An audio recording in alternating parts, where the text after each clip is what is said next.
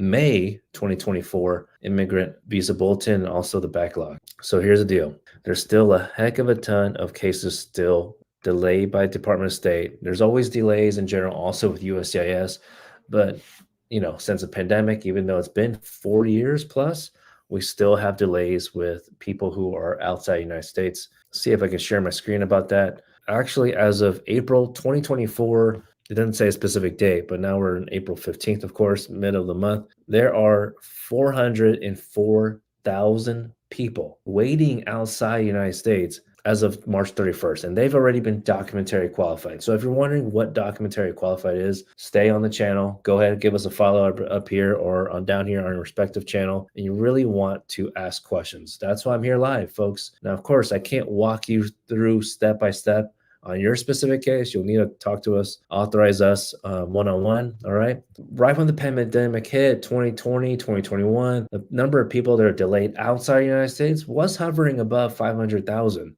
And right now, it still shows 404,000. They were trending downward. They were doing a good job in that sense the past year or so, but still stuck at 404,000 people. It's ridiculous. Now, 52,000 of those people have been scheduled for an interview. And out of those 52,000 people, I'm sure, unfortunately, there's some people who are actually in the US and need to apply for a waiver, and they didn't know about the waiver. And I know this because some people call us with this question. Like, John, some people say, like, John, I just have this feeling that something else needs to be done because I entered the United States without a visa, and my prior attorney didn't mention anything. Yes, we've actually had people tell us that they've already had a lawyer for the first step and they didn't say anything about the waiver application. It's ridiculous. And like, that's why there's a lawyer involved, right?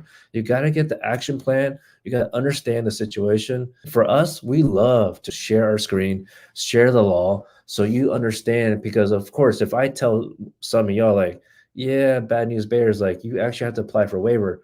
But then it turns out you're like, do I really have to apply for a waiver? Because I'm going to tell you, it's taking right now, the trend right now for the waiver application, 601A, is taking 3 to 4 years.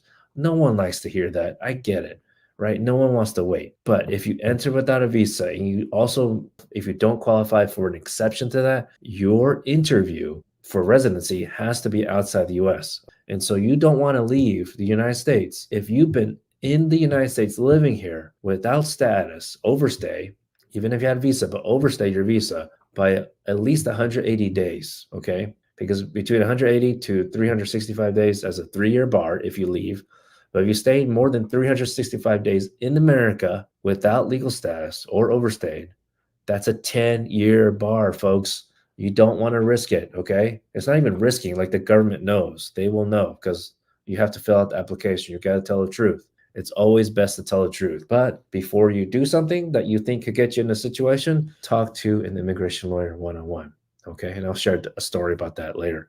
So if you have been delayed, all right. So to recap this topic of the day, if you've been delayed by USCIS or Department of State and you think like, I'm not sure if they've delayed me long enough or unreasonable, as John says, that's okay. Just contact us. We'll let you know. My team has our chart. It's a chart that indicates when feel most comfortable legally to file a lawsuit. Because if you just filed your case 2 months ago, 6 months ago, look, that's not a situation to file a lawsuit. Okay, it depends on your case. Some people are emailing us, asking us. I get it, but not every case. Everyone's family situation is different.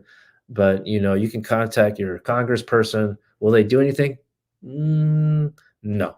All right, because what they do is they're going to contact their liaison with immigration. They're eventually going to get back to you, maybe a month later, and they're going to tell you what the liaison told them and said your case is undergoing review.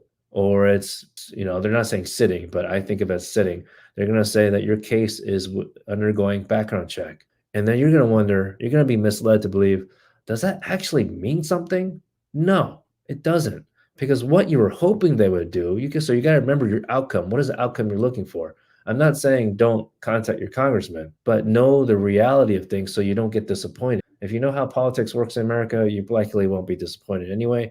But just so you know, we just filed a case for asylum. The person was waiting for asylum interview. They've been waiting for more than 4 years. There's a lot of y'all waiting for more than 4 years. Now, of course, we're not going to file a lawsuit if you're not confident in your claim. But I would think that if you filed for asylum, that you're confident in your claim. If you've been waiting for more than 4 years and you want the asylum interview sooner than later because you want asylee status and then eventually become a resident, you may want to consider filing a lawsuit. Now, if it's 2 years and you file for asylum, we can't help you right now. We got to wait another 2 years. All right. But if you want more information, you're welcome to go to our website, greencardguys.com, and scroll down to download one of our free guides. Okay.